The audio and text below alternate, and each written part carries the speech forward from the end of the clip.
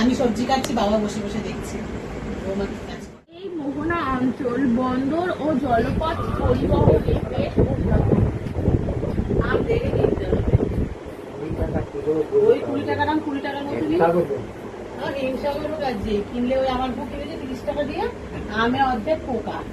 আর আমি কিনেছি 50 টাকা দিয়ে, একদম সলিড আম।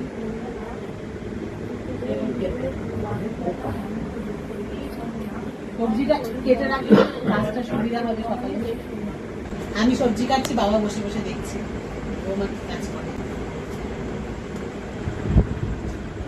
আর আমার মেয়ে পড়াশোনা নিয়ে ব্যস্ত, এটাই ভালো।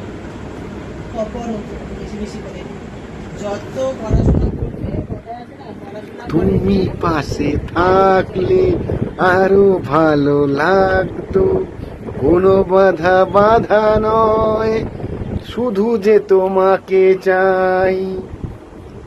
কি করছো, খিচুড়ির আইটেম?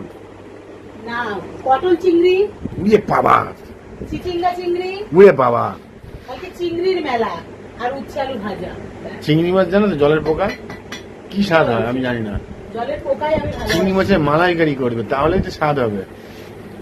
মালাইকারি গরমে খেতে হবে না, পটল চিংড়ি এখন সিজন চলছে, ওই খাবো। হ্যাঁ, তুই কি খাবি? পটল চিংড়ি। উড়ে বাবা, ভালো ভালো।